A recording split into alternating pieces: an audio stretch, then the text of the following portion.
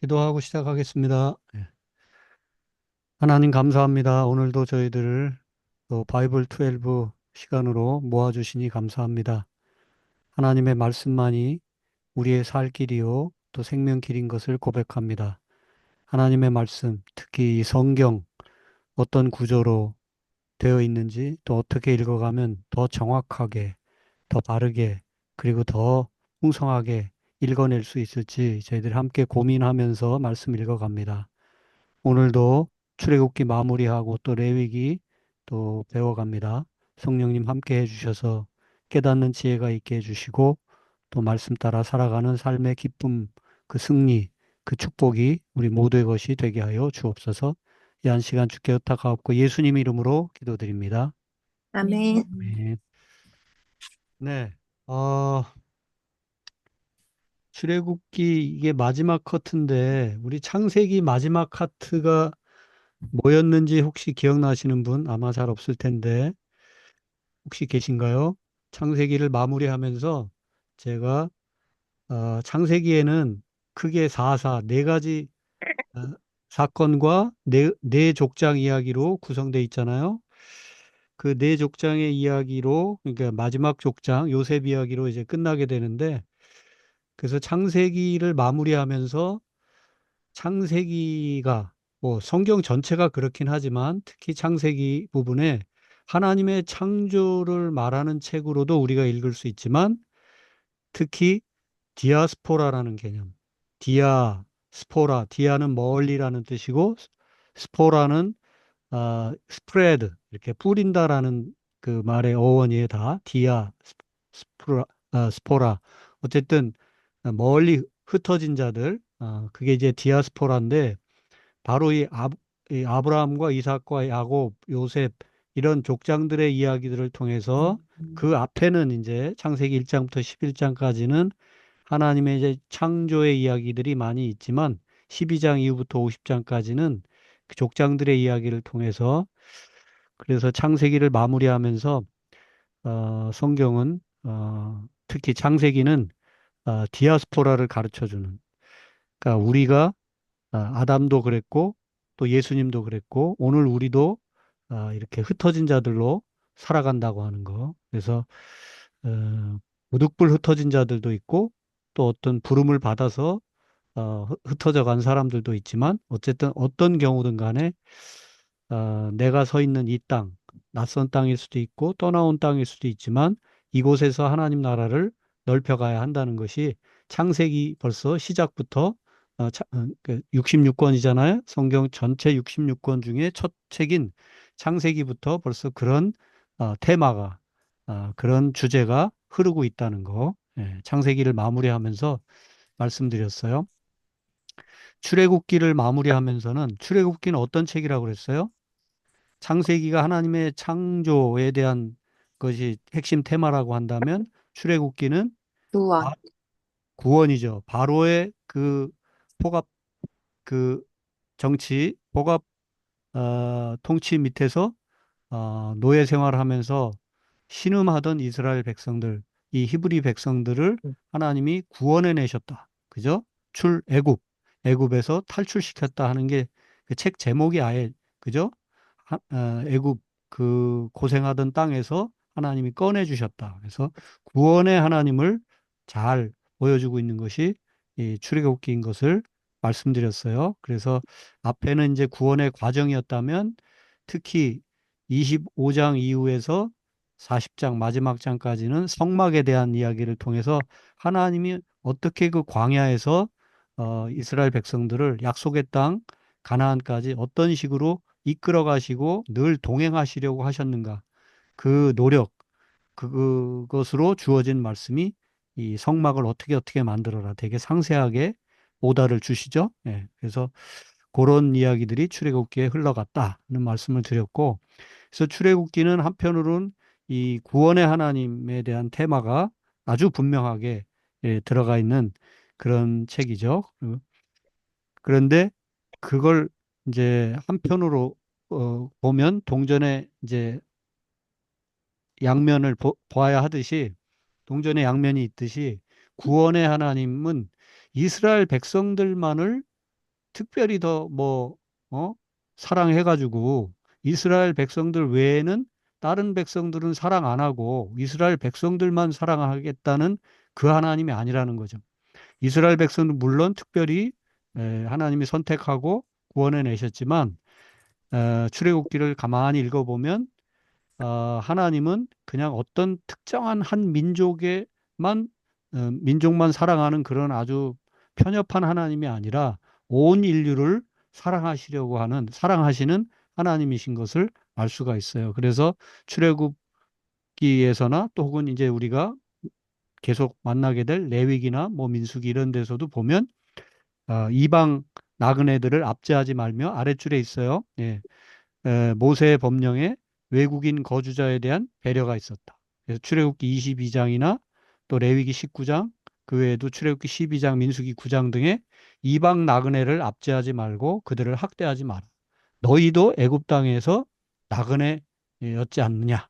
이것을 이렇게 상기시켜주는 그런 본문들이 곳곳에 이렇게 박혀 있다는 것을 알 수가 있습니다. 그래서 출애굽기는 출애굽기 이런 구조를 이런 내용의 어떤 분포를 통해서 우리가 나를 구원하신 하나님께 찬양과 감사를 드리고 내가 특별한 하나님의 사랑을 받았다라고 하는 그런 어떤 자부심, 감사 이걸 우리가 가지고 살아야 되겠죠. 그러나 그것이 어떤 나만 구원받고 다른 사람은 구원이 없다고 하는 혹은 뭐 나 혼자 이제 구원받았으니까 다 됐다고 하는 이런 쪽으로 가서는 곤란하다. 그래서 다시 우회로 올라가서 출애굽기에 나타난 어떤 선교관, 선교 개념을 우리가 놓치지 말아야 된다. 하나님은 우리를 선택하셨지만 그것은 특권회로의 부름이 아니라 열국, 온 세상을 위한 봉사의 도구로 신약의 표현을 치자면 예수의 뒤를 따르는 제자로 우리를 선택하신 거죠. 그래서 예수님이 가시는 곳에 우리가 따라가고 또 하나님이 가시는 곳에 우리가 따라가고 그곳이 어디든 특히 연약한 자들, 가난한 자들, 맘상한 이들 있으면 어, 그들에게 가야 되겠죠. 왜냐하면 하나님이 그들에게 가시기 때문에. 그래서 출애굽기 19장 4절에서 6절까지 누구 한번 읽어보실래요? 여기 내가 애굽 사람에게 이렇게 출, 출애굽기 19장 4절에서 6절 큰 소리로 한번 읽어보세요.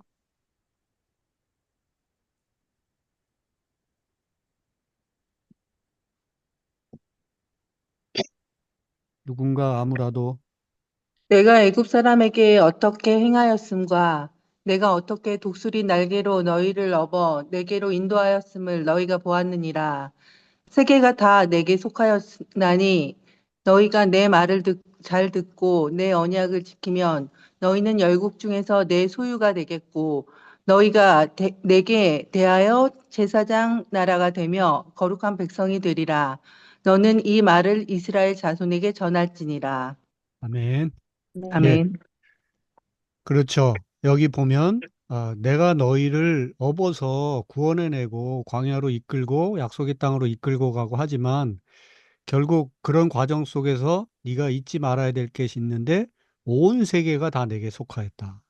너희를 내가 택해서 너희는 열국 중에서 내 소유가 되고 그런데 에, 제사장 나라가 된다. 거룩한 백성이 된다. 바로 복의 통로로 너희들이 세상 너희가 먼저 선택을 받았으니 끝난 것이 아니라 너희들을 통해서 이제 온 세상을 구원하시려고 하는 하나님의 경륜이 있다고 하는 것을 이런 식으로 표현하고 있는 거죠. 너는 열국 중에서 내 소유가 되겠고 제사장 나라가 되고 거룩한 백성이 되리라. 예. 네, 그래서 출애굽기 읽으면서도 나를 구원하신 하나님에 대한 감사와 더불어 나를 통해서 또 구원의 역사를 이루어 가실 하나님을 바라볼 수 있어야 출애굽기를 온전히 제대로 읽어내는 것이다. 이렇게 볼 수가 있습니다. 네, 네, 출애굽기를 이렇게 한번 마무리하고요. 어, 네, 이제 레위기, 민수기, 신명기 보는데 오늘 레위기 좀 봅니다. 자, 레위기 창세기, 출애굽기 시간의 흐름에 따라 가다가 약간 부록처럼 비껴선 것이 레위기라고 말씀드렸어요. 그러니까 레위기는 그야말로 구원받은 백성이 어떻게 하나님을 잘 예배하며 살아갈 수 있겠는가? 요 테마가 이 레위기입니다. 이제 본격적으로 들어가기 앞서서 질문 하나, 결국 우리가 인간이 살아가는 데 있어서 가장 중요한 문제는 뭘까? 그것은 우리가 별로 거룩하지 못하잖아요. 그죠? 예, 우리가 사실 뭐 연약하기도 하고 때로 화를 내기도 하고 불평하기도 하고 게으르기도 하고 참 거룩하다라는 표현을 우리가 나 스스로에게 붙이기 어려운 그런 존재가 난데 나라는 인간이 어떻게 거룩한 하나님 앞에 나아갈 수 있을까? 이 주제가 계속 레위기에 던져지는 주제라고 할 수가 있습니다. 예. 그런데 네가 거룩하지 못한 인간이니까 하나님 나는 거룩한 존재요. 그러니 내 앞에 오지 마라. 이게 하나님의 뜻이 아니라는 거죠. 내 앞으로 오라는 겁니다. 거룩한 하나님이 명하셔. 내가 거룩하니 너도 거룩하라. 이렇게까지 말씀하십니다. 예. 그래서 아이 내가 뭘 어떻게 하겠어. 이렇게 피해가지 말고 거룩하신 하나님의 그 품성을 닮아가고 거룩하신 하나님께 예배드림을 통해서 우리가 거룩을 배워갈 수 있고 거룩해져 갈 수가 있다는 거죠. 예. 자, 레위기가 자리하고 있는 그 레위기의 위치를 우리가 좀 이해하는 거가 필요하죠. 자, 출애굽기 1장에서 24장까지는 하나님의 구원 테마가 거기 들어있죠. 그리고 사람을 이제 성숙시켜서 하나님을 향해 가도록 이렇게 이끄시는 그런 내용. 그리고 이제 25장에서부터 40장, 아까 말씀드린 것처럼 이제 거룩을 위한 하드웨어가 이제 마련되고 있는 거죠. 그래서 어디를 가든지 성막을 짊어지고 다니면서 어, 12지파들이 이렇게 쭉 둘러서 진을 치면 그 가운데 항상 중심에 성막을 먼저 치고 그 성막을 중심으로 12지파가 이렇게 동서남북으로 자리를 잡고 이렇게 하도록 그 행진을 할 때도 역시 마찬가지로 그런 대오를 따라서 그래서 출애굽기 1장에서 24장까지는 구원과 또 하나님을 향해 이제 사람이 성숙해 가는 그 과정이라면 그 성숙, 거룩을 위한 하드웨어 없이 그냥 뭐 열심히 해야지 하는 거로만 되는 게 아니잖아요. 우리가 살아보면 어떤 포메이션이 반드시 내용이 있으면 그 내용을 채울 그릇이 필요한 거죠. 예, 그래서 출애굽기 25장의 40절은 예배 초소, 예배 방식 뭐 이런 예배 초소와 관련해서 특히 이제 말씀하고 있고 이제 레위기로 딱 들어오면 어떻게 예배 드릴 것인가 하는 이 소프트웨어, 이 내용, 예배 내용, 예배 자세나 예배 형식이나 뭐 이런, 그러니까 예배당은 이제 마련이 됐잖아요. 그죠? 공간은. 근데 이제 거기서 어떤 식으로 예배를 드려야 할지, 요게 레위기에 담긴 내용이라 하는 겁니다. 그리고 이제 그렇게 예배 드리면서 끊임없이 하나님의 사람으로 살아가는 하나님의 백성들이 이 민수기 말씀을 통해서 이제 어떻게 테마가 이어지냐면 하나님 나라를 위해서 부름받은 사람들이 어떻게 살아가야 하는가, 삶을 통해서 어떻게 행동하고 살아가야 하는가, 이게 이제 민수기에 담긴 내용이죠. 네. 그래서 하나님 나라를 위해 부름받은 사람들, 거기에는 평민들, 장자, 여호와의 군대, 족장, 레위인, 제사장, 대제, 대제사장, 기타 등 이러저러한 사람들이 등장하고 그 사람들의 행로가 나오고 민수기 할 때 나중에 민수기 공부합니다마는 넘버스잖아요. 영어로. 예. 숫자가 많이 나오고 그 얘기는 뭐냐면 사람들이 다양한 사람들이 등장하고 그 사람들의 숫자도 많이 나오고 예. 바로 그 사이에 출애굽기와 민수기 사이에 레위기가 이렇게 자리 잡고 있는데 바로 구원받은 백성 그리고 하나님 나라를 위해서 그 부르심에 따라 움직여가야 될 사람들 이게 민수기라면 출애굽기와 민수기 사이에 뭐가 있어야 된다? 하나님을 예배해야 된다. 네, 그래서 아, 마련된 예배 처소에서 하나님께서 명하시는 대로 정확하게 하나님이 기뻐하실 예배를 드릴 수 있어야 된다 하는 게 레위기 내용입니다. 네, 그래서 레위기 핵심 성구는 어,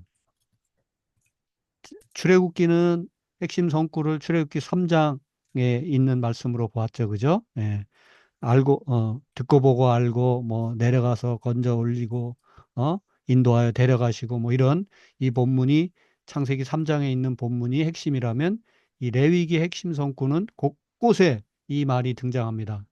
내가 거룩하니 너희도 거룩할지어다. 그리고 그 앞에는 꼭 어떤 말이 있냐면 내가 너희를 애굽 땅에서 그 고생하고 신음할 때 너희들을 구원해낸, 끄집어낸, 구출해낸, 해방시킨 나 여호와다.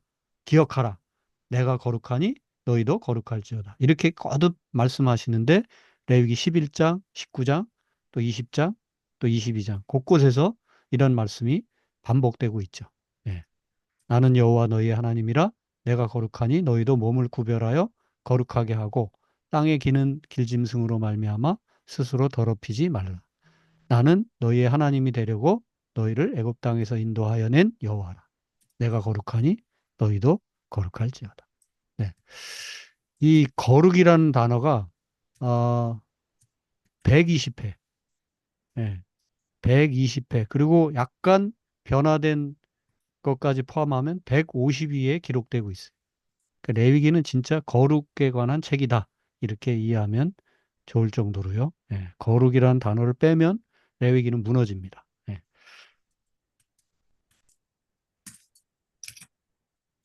예, 그래서 바로 거룩이 좀 막연하고 어떻게 내가 거룩해질 수 있지?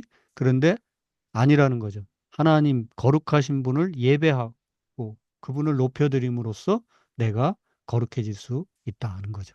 그래서 하나님은 우리에게 거룩하신 그분이 찾아오시고 우리는 그분께 나아가 그분을 만나는 거죠. 예. 그래서 하나님은 율법과 성막을 통해서 사람에게 찾아오십니다. 자, 가로 안으로 들어가기 전에 율법을 말씀이라 말할 수 있고 어, 성막을 예수 그리스도라 말할 수 있는데 일단 자, 구약적으로 보면 율법은 뭡니까? 내용이에요. 소프트웨어예요.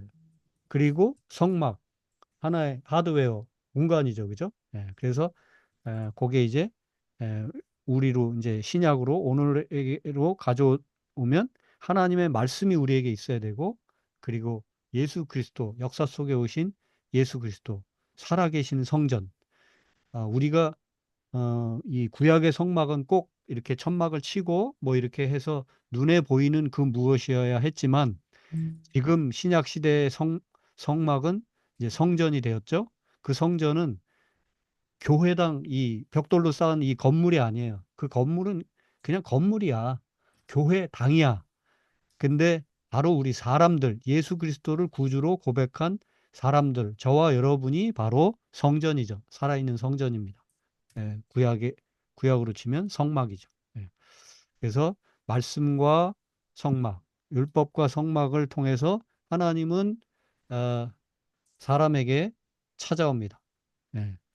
그래서 우리에게 거하기를 원하시는 거죠. 우리 안에 들어오기를 원하시는 거예요.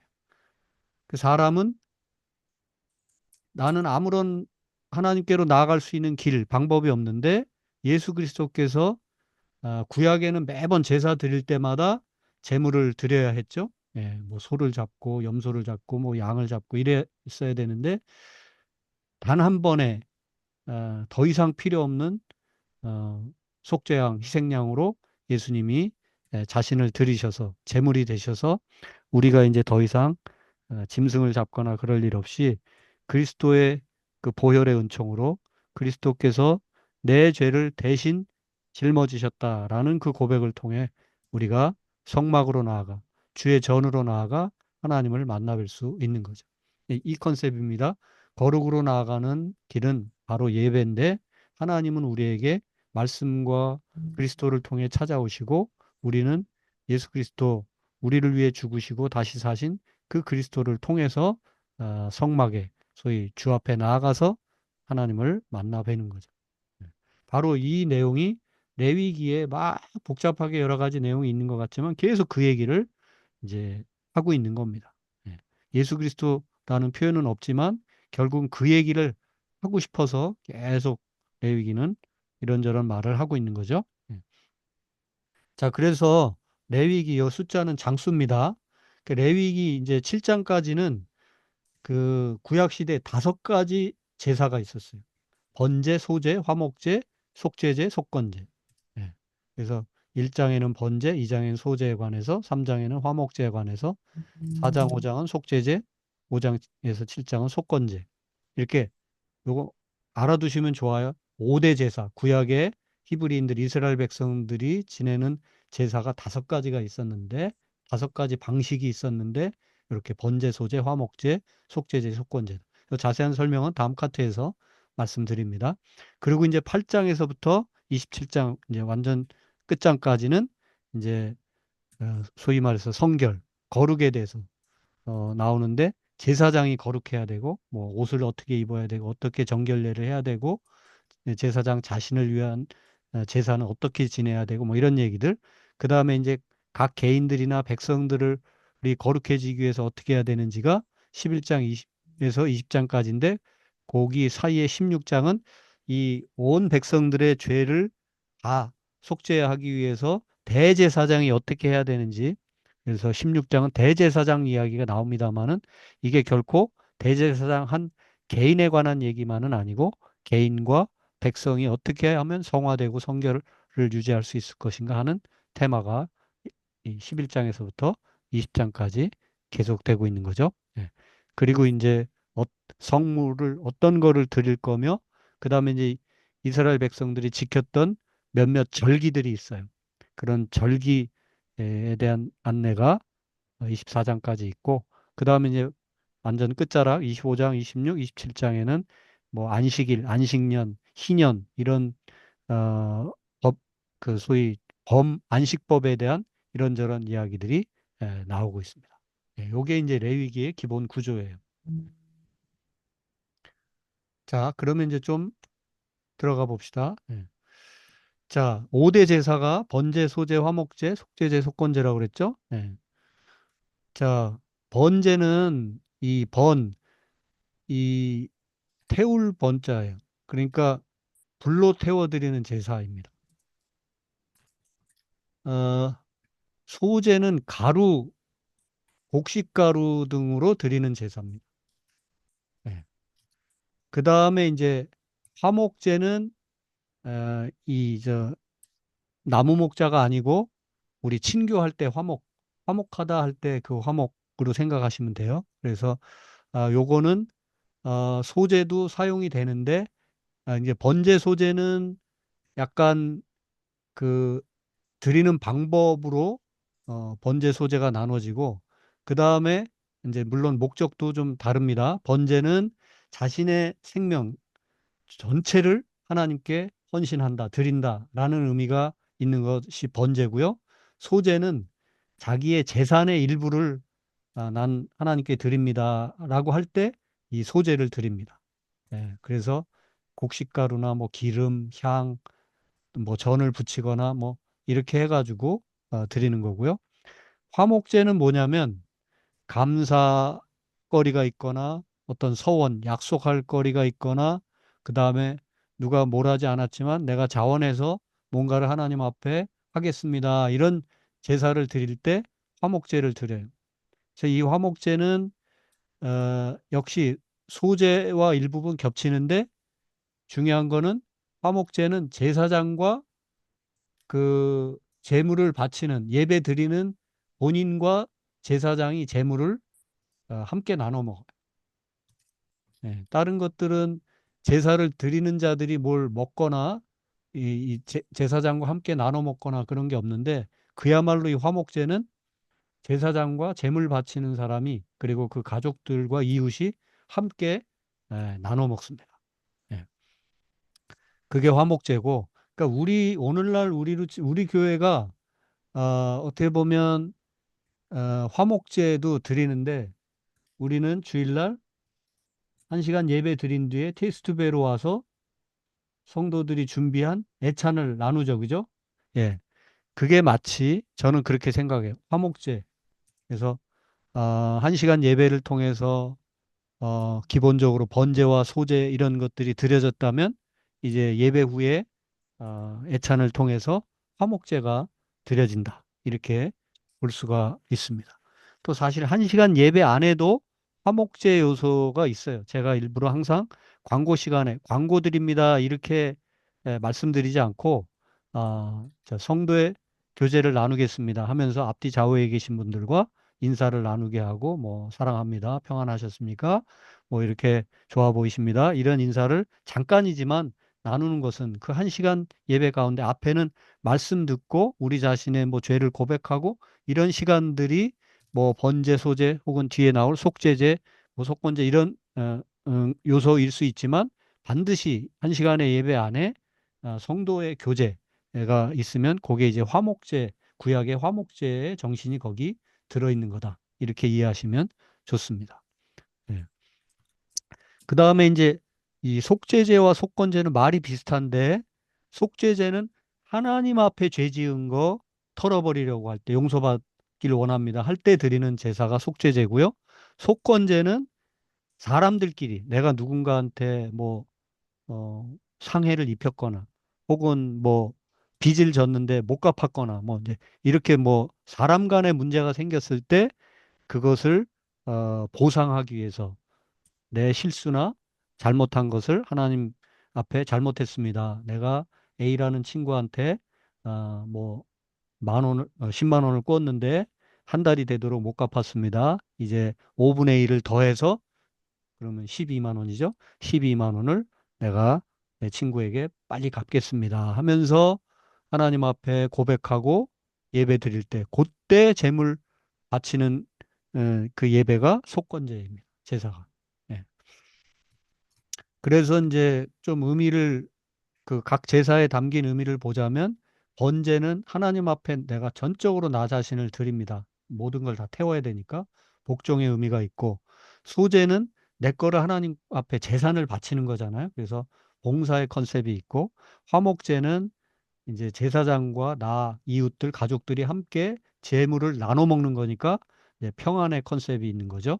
그리고 이제 속죄제는 하나님 앞에 지은 죄를 용서받는 대속의 컨셉이 있는 제사이고 그다음에 속건제는 어, 서로 이해관계가 충돌하고 내가 누굴 때렸거나 뭐 상해를 입혔거나 여러 가지 불만족스러운 상황이 생겼는데 그 불만족스러운 상황이 소위 5분의 1을 더해 바치거나 보상함으로 만족스럽게 되는 거죠. 그래서 이 다섯 가지 제사에 담긴 의미, 복종, 봉사, 평안, 대속, 만족의 컨셉이 그 제사 가운데 담겨 있다고 하는 거. 네. 그래서 5대 제사, 번제, 소제, 화목제, 속죄제, 속건제 잠깐 살펴봤고요. 그 다음에 밑에 있는 거는 화제, 요제, 거제, 전제. 여러분이 성경을 특히 우리 개역 개정 성경으로 읽다 보면 이런 표현이 그대로 나오죠. 화제, 요제, 거제, 전제. 다 한자만 조금 알면 금방 이해될 수 있는 말입니다만은 어쨌든 요건 뭐냐면 재물을 드리는 방식에 대한 표현이 다른 거예요. 그래서 재물을 태워서 드리면 화제다 이렇게 에, 말하고 그다음에 재물을 이렇게 흔들어서 재물을 하나님 앞에 드리는데 제단 위에 올리는데 좌우로 이렇게 흔들어서 혹은 앞뒤로 흔들어서 이렇게 드릴 때 요제라고 합니다. 그리고 거제는 들것자 들어올려서 들어올려서 하나님 앞에 드립니다 하면서 쓱 밀어넣는 게 아니라 머리 위로 번쩍 들어올려서 이건 하나님 것입니다 하고 딱 들어올려 드리는 거 행위 그게 그런 제사 거제 그런 제물 거제입니다. 예. 그래서 태워드리는 제물 화제 흔들어 드리는 제물 요제 들어올려 드리는 제물 이런 방식을 거제를 드린다 하고 액체 같은 거를 기름 같은 거, 뭐 향유 같은 거를 이렇게 부어서 하나님 앞에 드리는 거 이걸 전제라고 합니다. 네. 아시겠죠? 화제, 요제, 거제, 전제.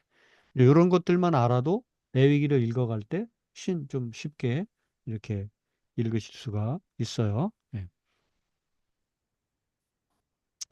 자, 그 다음에 이거는 숙제로 드리는데요. 한번 레위기 10장 요즘 성경 열심히 읽고 계시죠? 예. 성경을 우리가 계속 여러분들이 오늘 같은 경우 레위기 그냥 1월 1일부터 시작했다 하더라도 오늘까지 읽었으면 레위기가 다 한 하루에 4장 정도씩 읽으면 벌써 레위기가 끝나 있어야 됩니다. 예.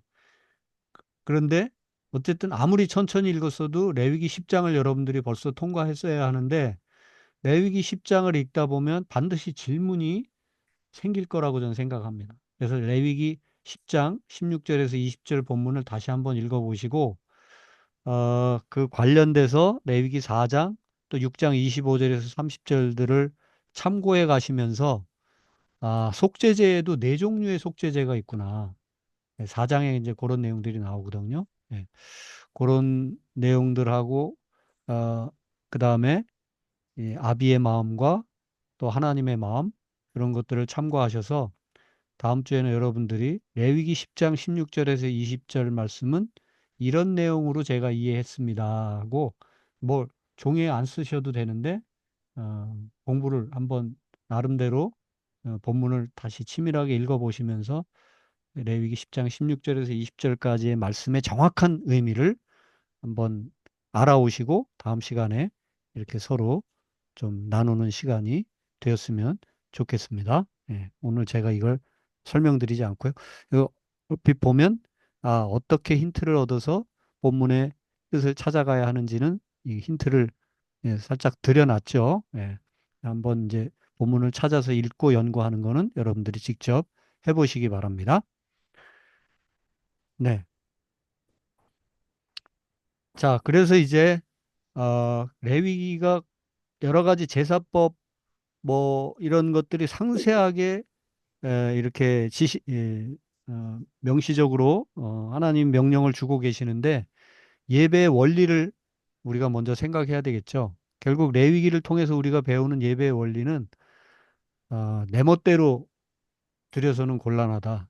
하나님의 규례와 법도를 따라 드리는 것이다. 예. 정성을 다하는 것만으로는 그냥 내가 열심히 예배드리면 되지 그것만으로는 곤란하다. 하나님이 기뻐하시는 또 하나님이 명하시는 그 법도에 따라서 드려야 되겠죠. 그래서 구약의 지금 문자 그대로 우리가 이제 예배를 드리는 시절은 신약 시대에 와서 아닙니다마는 그러나 이 레위기 말씀을 통해서 그 정신만큼은 아 그냥 내 멋대로 무조건 드린다고 예배가 아니구나. 뭔가 최소한의 하나님의 말씀과 그 법도에 따라서 드려야 하는 것을 우리가 생각할 수 있어야 됩니다. 그 다음에 아주 중요한 테마가 뭐냐면 예배의 중심은 내가 아니라 예배 드리는 사람, 내가 아니라 예배를 받으시는 하나님이시라는 거. 예. 여기 이제 뒤에서도 잠깐 말씀드리겠는데 그 에덴 동산에서 아담과 하와 이제 쫓겨나고 결국은 창세기 4장에서 인류 최초의 살인 사건이 벌어지죠. 누구와 누구? 형제간의 가인과 아벨. 아벨. 예. 누가 누구를 죽여요? 음, 형이 동생을 죽여. 그러니까 형이 누구예요? 아이. 아이, 가인이 아벨을 죽이죠. 근데 가인이 아벨을 들판으로 이렇게 유인해가지고 가자, 들판으로 가자 해가지고 사람 없다 싶은 데서 자기 아우를 죽이는데 그 아우를 죽이게 되는 가장 중요한 이유가 예배드리다 그렇게 된 거예요. 그래서 예배드렸는데 하나님이 가인의 예배는 별로 기쁘게 받으시지 않고 아벨의 예배를 기쁘게 받으셨어요. 그때 가인이 얼굴이 울그락푸르락 하면서 되게 하나님 뭡니까? 나도 최선의 정성을 다해서 예배를 드렸는데 동생 예배는 기쁘게 받으시고 내 예배는 안 받으셔요? 그러면서 어깨에 힘을 팍 주고 하나님 당신 뭐야? 어? 왜 내 예배는 안 받는 거야? 이제 이렇게 된 거죠. 예. 하나님 뭔지 모르지만 내가 정성을 다했어도 하나님이 기쁘게 받으시지 못했다면 어디에 문제가 있을까를 고민하고 자꾸 나한테서 문제를 찾아야 되는데 남들과 비교하면서 왜 내 예배는 안 받으시는 거지? 정성은 다했는데 이러면서 하나님을 탓하기 시작하면 예배의 기본 방향과 정신이 틀어진 거다. 예, 그렇게 볼 수 있죠. 그래서 예배는 내 중심으로 내가 찬양 막 뜨겁게 하고 막 소리 지르면서 기도하고 막 나 혼자 막 엑스타시에 들어갔다 해가지고 잘 드려진 예배가 아니라 나는 막 너무 기분 좋고 그랬는데 하나님은 뭐 별로 거기에 크게 감동받지 않으시고 오히려 네가 좀 정신 차려야 될 텐데 다른 말씀을 하실 수도 있거든요. 그래서 항상 예배의 중심은 내가 아니라 예배를 받으시는 하나님이시다라는 것을 잊지 말아야 한다는 거. 요 얘기는 계속 더 드립니다. 그래서 뭐 디모데후서 2장 5절에 있는 말씀처럼 경계하는 자가 법대로 경계하지 아니하면 승리자의 관을 얻지 못하죠. 예. 바울의 이 표현처럼 우리가 예배를 드려도 하나님께서 기뻐하시는 그 규례와 법도에 따라서 드릴 때 하나님을 향한 진정한 예배가 된다고 하는 거. 예. 레위기를 통해서 우리는 이 예배 원리를 배우게 됩니다. 자, 그래서 가인 얘기를 드렸었는데 가장 예배에 실패한 사람 또 대표적인 사람이 사울 왕이죠. 예, 사울 왕. 사울 왕 얘기를 본격적으로 하기 전에 그 두 가지, 자, 이게 사실은 우리 독일에서는 꼭 100% 맞는 얘기는 아닌데, 자, 첫 번째, 대학을 선택할 때 집 가까운 곳에 있다는 조건으로 학교를 선택하는가? 아유, 우리 동네에 있는 대학이니까 그냥 간다? 누가 대학을 그렇게 갑니까? 나는 어느 대학을 가겠다 해서 지방에 사는 친구가 서울로 상경하기도 하고, 그죠? 예. 서울에서도 우리 집 바로 옆에 있는 학교니까 무조건 거기다가 입학 원서를 넣는 게 아니라 내가 가고 싶은 학교, 내가 가고 싶은 과에다가 원서를 넣는 거죠. 그렇죠? 예. 그래서 그냥 가까우니까 내가 하기 편하니까 뭐 이렇게 예배할 수 있는 게 아니라는 겁니다. 예. 그 다음에 주어지는 내용, 하나님으로부터 주어지는 내용이나 방법이 먼저인지 내 요구와 필요가 먼저인지 이게 예배에도 똑같은 원리가 적용되고 기도에도 마찬가지. 기도에도 먼저 그의 나라와 그의 의를 구하라 하셨잖아요. 그러면 이 모든 것을 더하시리라 했는데 우리가 맨날 내 필요와 내 요구만 계속 채워달라고 그렇게 하면 기도가 이제 이 방향이 틀린 거죠. 네. 물론 완전한 우리의 필요, 어, 당장 배고프면 빵을 주세요. 돈이 없으면 어떻게 일용할 양식 돈을 주십시오. 이런 기도가 필요하죠. 그러나 기도를 계속 해보면 알지만 정말 진정한 하나님 앞에 온전한 기도는 뭘 해주세요, 해주세요, 채워주세요. 이런 기도로 우리가 기도를 시작할 수는 있지만 결국 기도의 그 중심, 기도가 1학년, 2학년, 3학년, 그 기도가 약간 깊어지고 또 앞으로 한 발 한 발 나가게 되면 하나님이 내게 뭐라고 말씀하시는지 그걸 더 잘 듣기를 원하고 또 하나님이 어떻게 생각하시는지를 자꾸 묻고 또 묻고 저는 이런 생각이 드는데 하나님 이게 맞는 겁니까? 이렇게 자꾸 하나님이 내게 뭐라고 말씀하시는지 어떤 식으로 하라고 하시는지 여기에 자꾸 어, 그 핵심 질문이 가죠. 예, 기도도 그렇고 예배도 마찬가지죠.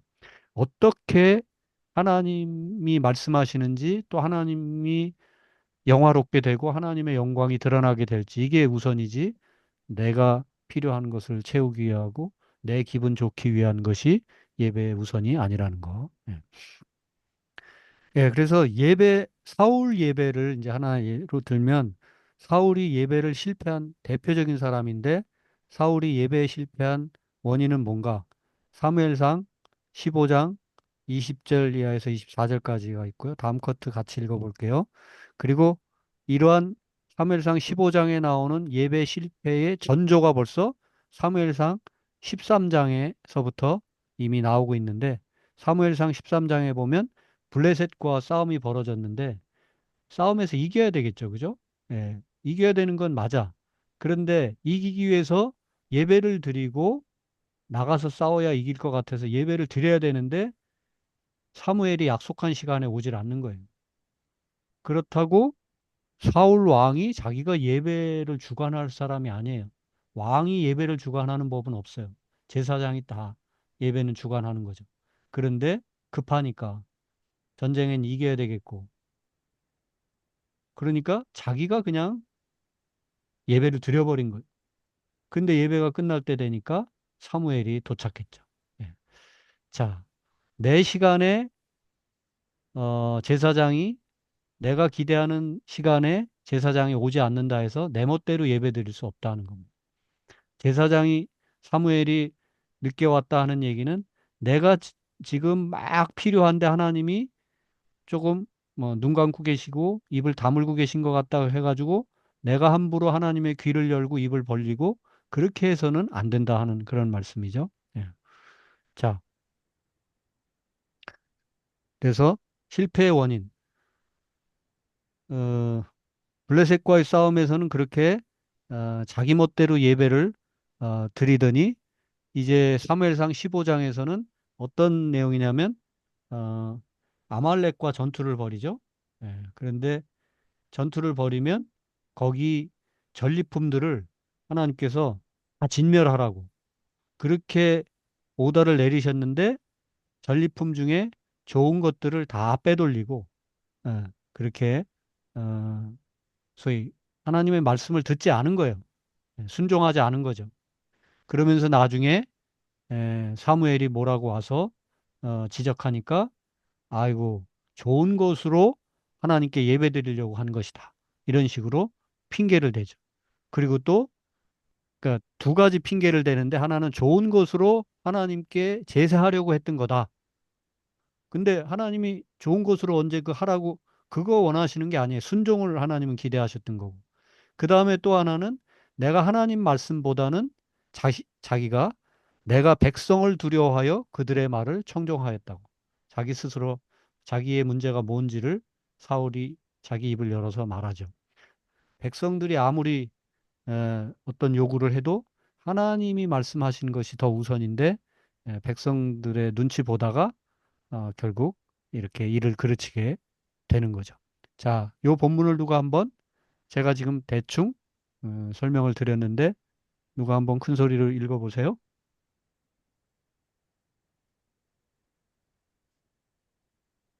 사무엘상 15장 20절에서 24절. 사울이 사무엘에게 이르되 나는 실로 여호와의 목소리를 청종하여 여호와께서 보내신 길로 가서 아말렉 왕 아각을 끌어왔고 아말렉 사람을 진멸하였으나 다만 백성이 그 마땅히 멸할 것 중에서 가장 좋은 것으로 길갈에서 다만 당신의 하나님 여호와께 제사하려고 양과 소를 끌어왔나이다 하는지라. 사무엘이 이르되 여호와께서 번제와 다른 제사를 그의 목소리를 청종하는 것을 좋아하심 같이 좋아하시겠나이까? 순종이 제사보다 낫고 듣는 것이 수장의 기름보다 나으니 이는 거역하는 것은 점치는 죄와 같고 완고한 것은 사신 우상에게 절하는 죄와 같음이라.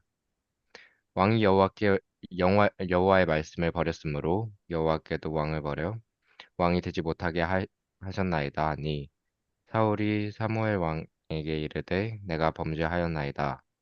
내가 여호와의 명령과 당신의 말씀을 어긴 것은 내가 백성을 두려워하여 그들의 말을 청종하였음이니이다. 아멘. 아멘. 아멘. 예. 네, 여기 제가 드린 말씀이 그대로 이 본문 내용을 설명드린 거예요. 예. 좋은 것으로 여호와께 예배하려고 했다 하는 핑계를 대고 백성들이 두려워서 그랬다 하는 핑계. 그러나 하나님의 말씀에 순종하는 것이 그 어떤 제사보다도 낫고 그 어떤 제물보다도 낫다고 사무엘 선지자가 분명하게 말씀해주고 있죠. 예. 예배의 가장 소중한 정신입니다. 예. 예, 그래서 예배에 실패한 사람들이 이제 아까 가인 얘기했잖아요, 그죠? 창세기 4장에 나오는 하나님이 자신의 예배를 받지 아니했다. 거기에 그 사실에 몹시 분하여 안색이 변했다고 창세기 4장 5절은 그렇게 기록하고 있습니다. 예. 이러면 안 되죠, 그죠? 예. 그 조금 전까지 가인이 얼마나 정성을 다해서 예배 드렸을 그 가인의 모습을 한번 상상해 보세요. 그렇게 예배 드려놓고 아우의 예배는 잘 받아주시고 내 예배는 약간 좀 뜨악해 하시는 하나님의 그 모습, 그걸 보면서 안색이 변하는 이 가인의 모습을 한번 그려보면 인간이 하나님 앞에 정성을 다한다고 하면서도 얼마나 가벼운 존재인지 이 가인의 모습을 통해서 우리 자신의 또 모습을 좀 볼 수 있어야 하겠습니다. 예. 그래서 예배 준비 그 이상으로 예배 후에 우리가 실패하지 않도록 조심해야 된다. 예. 예배 은혜를 많이 받았을 때도 또 그런 말 있죠. 예, 은혜가 충만할 때 또 뭐가 문제가 생긴다 하는 그런 측면도 있고 예배를 정성껏 준비해서 드렸는데 그만큼의 뭔가 은혜가 없고 뭐 뭔가 조금 잘못됐다 싶을 때 그때 또 낙심하거나 괜히 하나님에게 혹은 그 누군가에게 화살을 돌리거나 이렇게 할 수도 있는 거죠. 그래서 예배 전에도 준비하는데 매우 자세가 중요하지만 예배 후에도 실패하지 않도록 해야 된다. 그 다음에 이제 요 커트까지만 하겠습니다. 지금 21분 벌써 시간이 넘어가는데 나답과 아비후 어떤 사람들이죠? 아론의 아들. 아론의 아들들이에요. 아론의 에, 첫째 아들, 둘째 아들이 결국 레위기 10장에 보면 다른 불을 들이다가 결국 죽습니다. 예. 제사장이 이 예배 업무를 보다가 이 다른 불을 들였다는 거는 아마 뭐 술이 취했는지 그 술 얘기가 그 이어서 나오는 거 보면 이렇게 뭔가 제대로 어, 그 임무를 수행하지 못하게 되면서 다른 불을 사용하게 되고 불이 꺼질 뻔하게 되고 그러다가 결국 죽게 되는. 그래서 예배 맡은 자가 예배를 제대로 감당 못하면서 죽게 되는 그 이야기가 레위기 10장의 이야기입니다. 그리고 아까 본 것 사무엘상 15장의 사울 왕의 잘못된 예배, 그 다음에 이스라엘의 예배. 이제 나중에 이사야서 1장에 보면 이스라엘 백성들이 이거는 한 시간에 혹은 몇 시간의 그 예배당에서의 예배도 중요하지만 매일 월요일부터 토요일까지의 일상 속에서의 삶이 매우 중요한데 그러니까 예배는 정성껏 잘 드려놓고 삶에 나가서 맨날 싸운다든지 사기친다든지 뭐 하여간 그런 식으로 예, 방탕한 삶을 산다든지 그래서 삶이 엉망이 되었던 예, 그런 이스라엘의 모습이 결국 하나님은 지적하시죠. 너희들의 그 드리는 예배 제물 하나도 받고 싶지 않다. 이사야 1장 읽어보면 우리가 시간이 없어서 못 읽는데 어떤 제물도 받고 싶지 않다. 왜? 너희들이 살아가는 그 모습을 보니까 아무리 향기 나고 뭐 맛난 제물을 진짜 삐까번쩍한 제물을 올린다 해도 나는 그거 하나도 받고 싶지 않다. 그런 말씀을 하시죠. 네. 자, 그래서 레위기는 결국 예배 이야기인데 예배에 실패한 사람들 이야기까지 했습니다. 예배에 성공한 사람들 이야기를 다음 시간에 마저 이어가도록 하겠습니다. 네. 자, 여기까지. 네. 오늘은 여기까지 하고 또 한 말씀씩 하고 마치겠습니다. 질문이 있거나 또 은혜 받았던 것 또 나눠주시거나 어, 그렇습니까? 오늘은 어떠셨나요?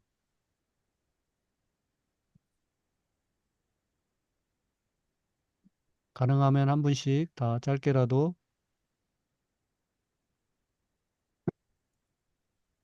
그 항상 공부가 우리가 소위 공부라는 게 학교에서 뭐 책 딸딸 외우고 그게 공부가 아니라 인생 자체가 공부인데 공부를 잘하는 우리가 삶을 살아가면서 진짜 공부를 잘하는 비결이 있는데 여러 가지 공부 잘하는 사람이 일단 어떤 사람이 공부를 잘하는 사람이냐면 분석을 잘하는 사람이 공부를 잘해요. 근데 그보다 더 공부를 잘하는 사람이 어떤 사람이냐면 종합을 할 수 있는 사람이 또 공부를 잘하는 사람이. 그보다 더 공부 잘하는 사람이 어떤 사람이냐면 평가할 수 있는 사람. 그래서 오늘 한 시간 공부를 했으면 오늘은 뭐가 좋았고 뭐가 좀 아쉬웠는데 혹은 뭐 질문이 뭐고 이 평가 안에는 질문까지도 들어갈 수 있죠. 이런 내용인데 종합을 하고 그 다음에 나는 이런 질문이 떠오른 다음에 질문을 던질 수 있고, 그러면 그 질문 자체가 하나의 또 평가일 수도 있고. 그래서 분석, 종합, 평가, 분석까지도 잘 못 가는 사람이 어, 많으니까 분석 잘하면 똑똑한 사람인데, 그보다 더 공부 잘하고 똑똑한 사람이 에, 종합할 수 있는 사람. 그보다 더 똑똑한 지혜로운 사람이 평가할 수 있는 사람. 이제 그리고 거기에는 이제 질문을 잘하는 사람이 분석이 돼야 질문도 되고 종합할 수 있어야 또 질문이 거기서 또 나오고 평가할 수 있다는 거는 질문할 수 있다는 뜻이에요. 예. 자, 한 말씀씩. 아, 좋았어요. 이런 얘기는 이제는 곤란해요. 그러니까 좋았어요를 하려면 한마디 앞에 있어야 돼. 아, 요런 내용이 좋았습니다. 한 줄이라도.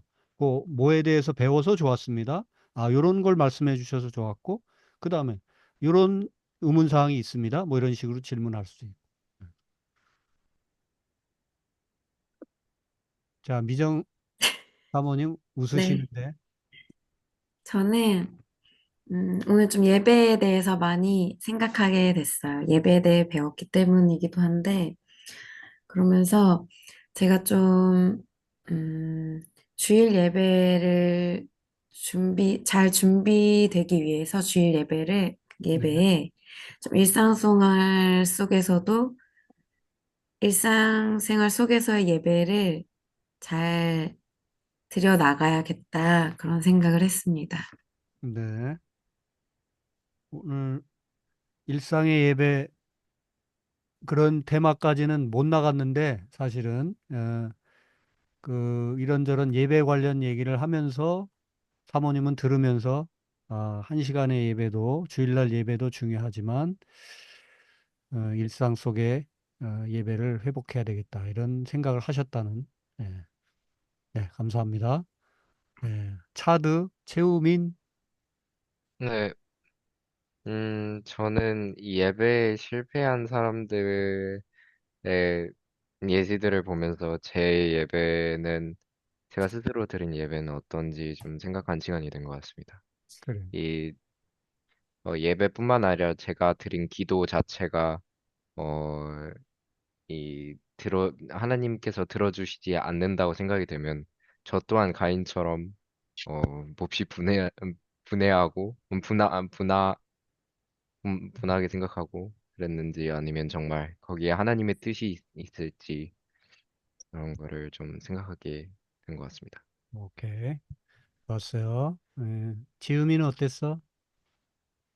저는 그 오늘 새로 배운 게, 제가 제사가 약간 좀 종류가 많은 줄 몰랐고, 그리고 거기에 따라 그 각각 의미가 있는지도 몰랐는데, 음, 그거에 대해서 새로 배운 것 같아요. 오케이. 너 레위기 읽었니 지금? 아, 네, 지금 끝났어요. 오케이. 끝났어야 돼. 지금쯤 레위기가 네, 끝나 있어야 돼. 오케이. 그렇게 부지런히 읽어가고 네, 그렇게 몇 가지만 정리를 해도 레위기를 이제 다시 한번 읽어보면 훨씬 쉽게 읽을 수 있다고. 네. 오케이. 예. 또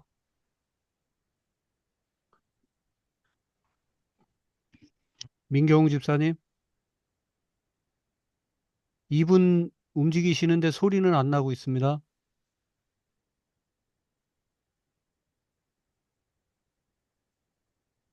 클로드 계속 소리가 안 나고 됐어. 있는데. 이제 예. 있구나. 이제 소리 아, 나. 네, 저는 제사 종류도 오늘 처음 각각 의미가 다른 의미가 있다는 거를 좀 알게 됐는데 네. 그 매물에 대한 것도 그 방식에 대한 네. 그 구분하는 거를 좀 자세히 배우게 돼서 네. 그거 역시 그죠? 공부할 필요가 있죠, 그죠? 그 몇 가지만 좀 정확히 알고, 용어가 좀 근데 상당히 어렵습니다. 네. 그 네, 우리 그 개역 개정 성경에 있는 표현을 그대로 제가 풀어드린 건데 그런 내용만 알아도 훨씬 성경 읽기가 좀 편하죠. 네. 예.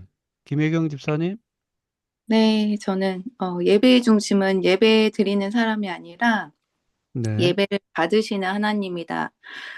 이 말씀이 와닿았는데요. 이게 예배를 드리는 나의 마음가짐, 그게 얼마나 하나님께 순종하는가 이거에 대한 생각이 들었고, 가인과 아벨 그 이야기의 숨은 하나님의 뜻을 몰랐어요. 저는 처음에 읽었을 때, 왜 이렇게 차별을 하셨을까? 이렇게만 생각을 했었는데, 그렇죠. 이런 뜻이 있었는 줄 오늘 강의를 통해서 알게 되었어요. 네.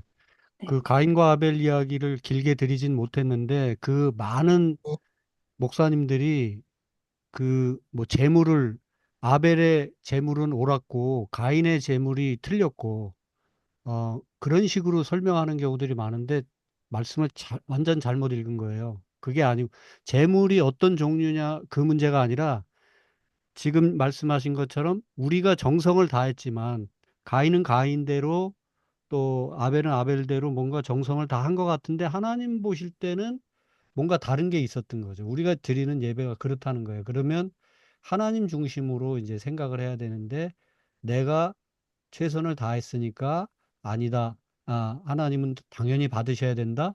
이게 예배의 중심이 아니라는 거죠. 내가 최선을 다했어도 하나님이 등 돌리실 때도 있다는 거. 예. 그게 사실은 가인과 아벨의 이야기 중에 핵심입니다. 예. 자, 비버, 다비드, 라온이 엄마, 어디, 또 애들 돌보고 계신 모양이네. 예. 홍혜정 사모님? 네, 저는 레위기를 읽으면서 참 디테일하신 하나님이라 생각을 하면서 읽었거든요. 네. 근데 예배, 제사 이런 거를 크게 생각하지 못하고 그 디테일한 부분에 대해서만 놀라면서 읽다가 마지막에 목사님 말씀하신 "제 공부를 못하는 사람인가 보다. 종합하지 못했구나." 이런 생각을 에이, 미안해요. 그런 얘기 아니었죠. 예. 아니, 근데 내가 이제 맨날 하는 얘기. 일단 쭉 방별로 쭉 얘기가 나가면 여기서부터 어디까지는 무슨 내용이고 요거까지는 보통 많이 하잖아. 이제 이게 이제 그게 이제 분석이잖아요. 구조가 이렇게 돼 있구나. 그러면 이제 그걸 전체를 아우러 가지고 레위기가 통으로 이제 내가 그려져야 돼요. 그럼 이제 그게 종합이야. 그리고 이제 그 레위기를 다시 또 두 번, 세 번 읽으면서 이제 거기서 질문이 나오고 내 삶의 적용 뭐 이런 것까지 가면 이제 평가가 되는 거죠. 예. 그리고 남들이 받은 은혜 말씀을 이렇게 들으면서 나도 같이 나누고 이렇게 될 때 종합 평가까지 가게 되는 겁니다. 이런 시간들이 그래서 소중한 거예요. 같이 배우고 또 질문을 던지고 하는 이런 과정들. 예. 지금 나타나셨는데 프라우 비버? 네, 들리시나요? 네, 들립니다. 네, 저 계속 있었습니다. 어, 근데 지금 마이크 연결이 좀 이제 잘 카메라가 들려요. 잘 안 되는 것 같아요. 하실 말씀 있으면 하셔요. 네, 저는 그 제사 드리는 부분에서 네, 가인과 아벨도 그렇고, 왜 하나님은 사람의 마음을 다 아시고, 네, 다 아시는데 왜, 재물을 굳이 바쳐서 제사를 드리는 형식의 그런, 예배를, 드리나? 음, 하셨는지 읽으면서 좀 의문이 들었고, 불쌍한 네, 동물들을 계속 막 죽이면서, 그런 예배 형식 이런 게 저는 정말, 그 중심 뜻을 아직 잘 이해를 못했고, 네, 그 예수님의 그 화목제라고 하여도 그 동물이 이렇게 죽은 게 나중에 예수님이 이제 희생하시는 그런 거라고 예. 배웠었는데, 어, 그, 이거 설명이 좀 제가 정리가 잘 안 되긴 했는데, 제가 정리해 드릴게요. 네네. 구약에 왜 하나님은 그렇게 복잡하게 뭐 소 잡아라, 양 잡아라, 염소 잡아라 꼭 그렇게까지 하시면서 이렇게 예배 받기를 원하시느냐, 하나님은. 네. 그러실 필요 있나? 그 얘기가 하나고요. 그 다음에 또 하나는 예수님이 뭐 우리 죄를 짊어지시고 대신 속죄양으로 죽으셨다고 꼭 그런 식으로 뭐 하나님은 구원의 역사를 이루어 가셔야 되나? 뭐 그런 질문 아닙니까? 네, 비슷합니다. 맞습니다. 네. 그 네. 되게 단순한 질문이긴 한데, 예, 어, 네, 그게 지금까지 교회사 속에 그 하여간 신앙 양심 혹은 학자 연구하는 사람들의 계속되는 질문이었어요. 그리고 아마 인류가 끝날 때까지도 꼭 예수님이 뭐 속죄? 예수님이 내 죄를 대신 짊어지셨다고 꼭 그런 방식으로 믿어야 되는 거야? 요 부분에 대해서 계속 질문을 던지는 사람이 있어요.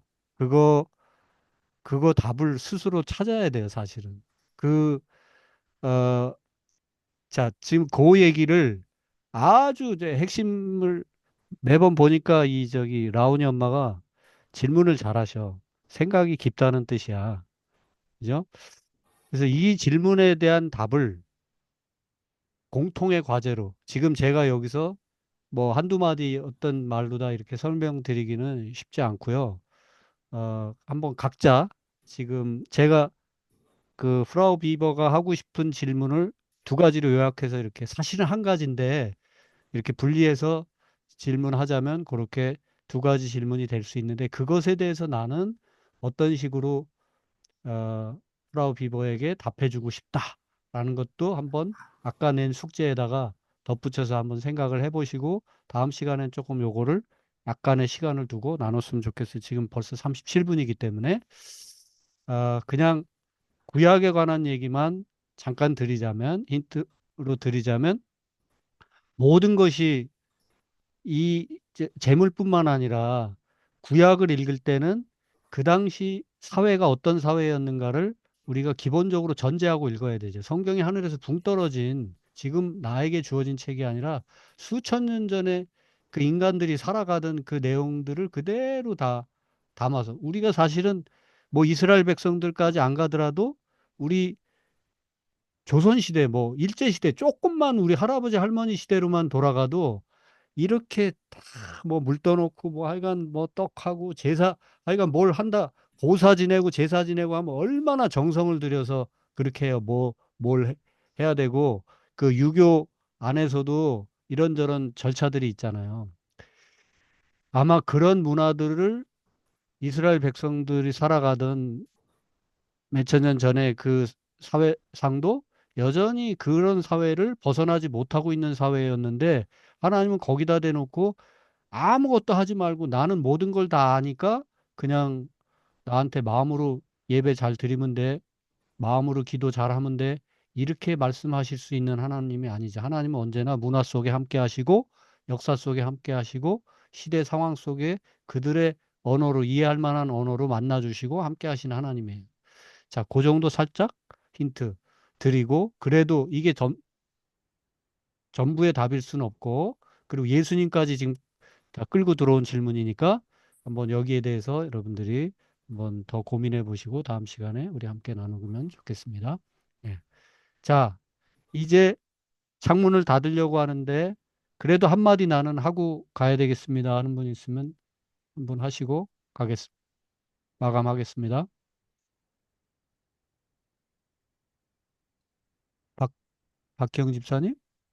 네, 뭐, 저는, 예. 네, 아까 말씀하신 그 공적인 예배와 생활 예배에 대해서 저도 내가 생활 속에서 얼마나 예배를 잘 드리고 있나 생각이 들고, 그러니까 저희가 삶이 예배가 돼야 되는데 그런 네. 부분이 많이 잊혀지고 있지 않았나 생각이 들고, 또 얼마나 거룩하길 원하셨으면 120번이나 말씀을 하셨을까, 네. 그런 생각을 했습니다. 그리고 사울 왕이 핑계대는 걸 보면서, 나의 모습이 아닌가라는 생각을 했습니다. 네. 감사합니다. 예. 김성희 씨 혹시 하시고 싶은 얘기 있으면 하시고요. 아, 네, 목사님은 분석과 종합을 잘하시네요. 저기, 제가 하고 싶은 말은 다들 다 하셨고, 저는 이제 레위기하고 민수기 읽으면서 얼마나 하나님이 지독하게 순종을 원하시는지 그런 걸 많이 느끼면서 읽었거든요. 그래서 순종하지 못하는 제 모습도 보이고, 하여튼 조금 쉽지 않은 책이었습니다. 네, 감사합니다. 자, 오늘 또 이렇게 해서 일단 또 1시간 마무리해야 되겠습니다. 10시 40분이에요. 네. 자, 오늘은 누가 기도를 할까요? 김혜경 집사님 기도했나요? 안 했어요. 예, 기도해 주시고 마치겠습니다. 하나님, 감사합니다. 오늘도 목사님을 통해서 이렇게 성경을 저희가 묵상하고 공부할 수 있는 기회를 주셔서 감사합니다. 앞으로도 저희 공부하는 여정에 하나님의 성령께서 임하여 주셔서 저희를 진리 가운데로 인도하시고 그 넓고 바른 진리 안에서 저희가 하나님의 말씀을 이해할 수 있는 그 지혜를 주시기를 간절히 기도드립니다. 오늘도 감사드리며 우리 주 예수 그리스도의 이름으로 기도드립니다. 아멘. 아멘. 아멘. 감사합니다. 감사합니다. 감사합니다. 수고하셨습니다. 감사합니다. Gute Nacht. 다음 주에 봬요. 다음 주에 봬요.